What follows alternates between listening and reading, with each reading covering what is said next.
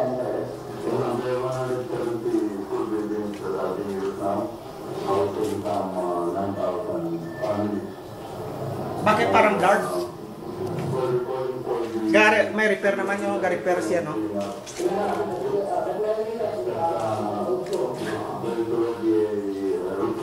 Kalendaryo mo na ba, no?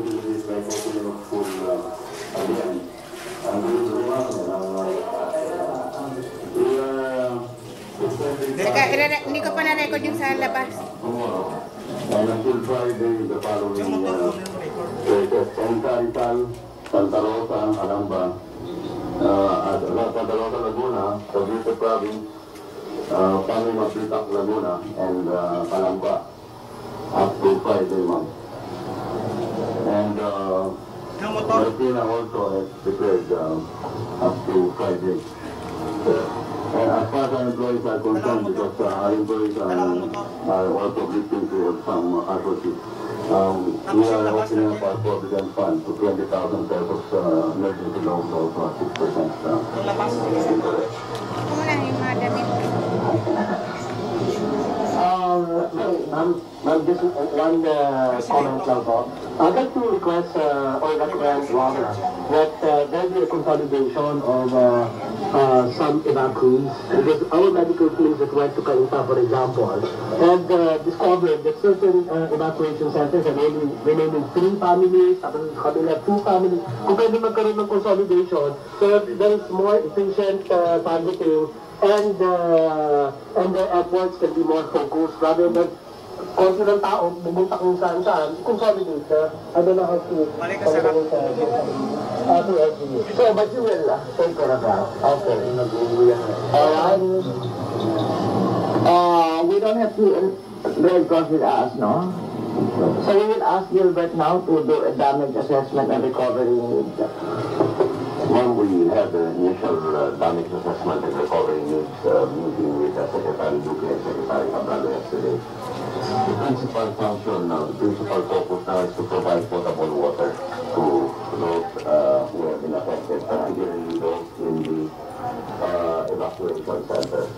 And we are working with each other to provide the means to do that through the evacuation centers. Now, the particular challenge is to provide them to residents who do not go to the evacuation centers. And we have to service one by one inside subdivision. And we have to find the balance between trying to reach them and trying to service the evacuation centers. The initial agreement was to bring out water tankers with empty jerry cans and treatment pills. And we try to organize the logistics of that. Secondly is to provide cooked food at appropriate times to the evacuation center. There will be no facilities for cooking, or might not even be safe to cook inside the evacuation center, or clean to do so if the sanitation is a problem. Thirdly, the issue is the camp management in the evacuation center as cleanliness is an issue. Fourthly, would be to provide other services such as health and clothing services for them. Ang rep ko na mo. Nakunan na. Nakunan mo na. Ito, site mo ito. And to provide initial plan for local government as to what to do in case whether Tapos site mo.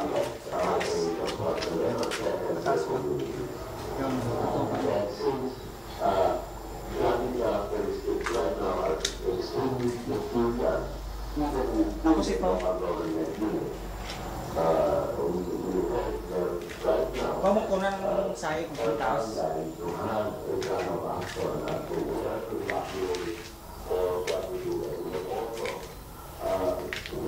Yan, kuna mo yung pati yung side ng hagdan mo. Yung handle ng hagdan mo ba?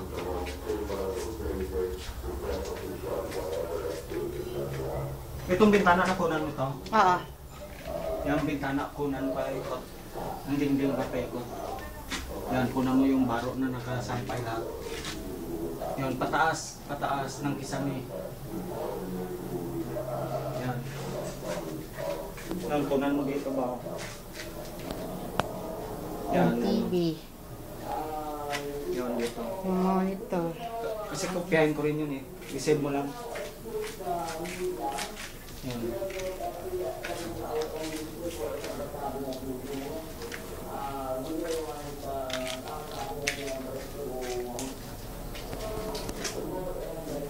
Tapos kunan natin ang mga taas ng bubong.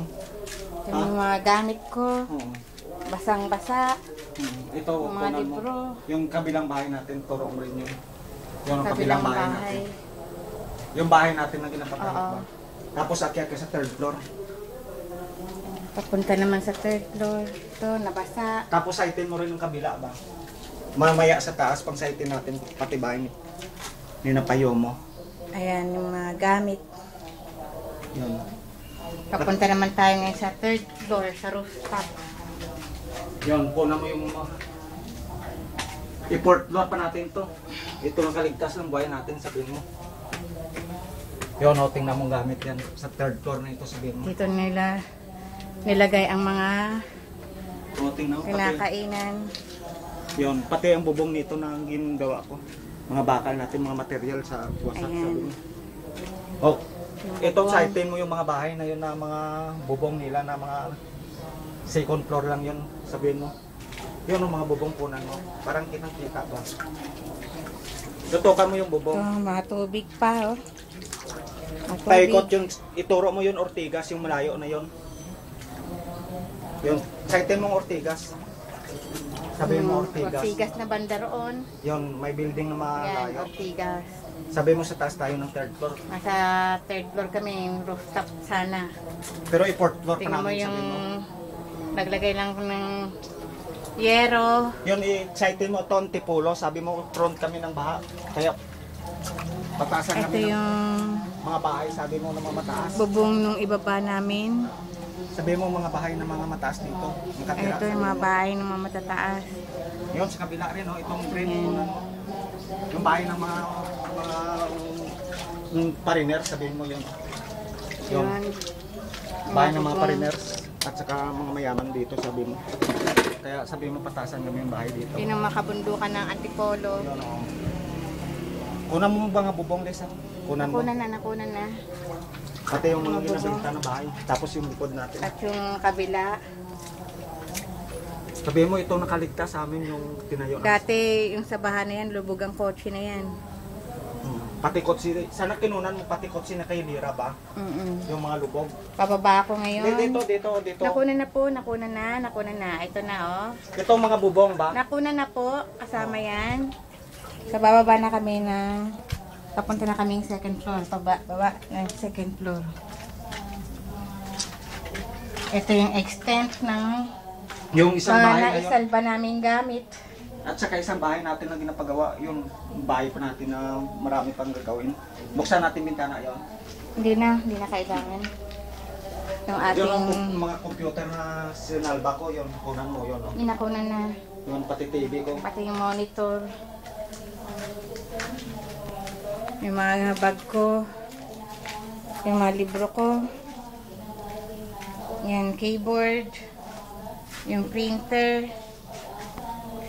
Buti na lamang, meron kaming second floor. At saka At third floor. third floor. Yung isang TV namin. Yung mga computer. Sayang, loob, empty bat ito nung panahon ng kasagsagan ng baha, ng bagyo. Ito yung mga stock namin. Daanan na namin ng helicopter dito sa third floor namin. Ngayon, pababa na kami sa first floor.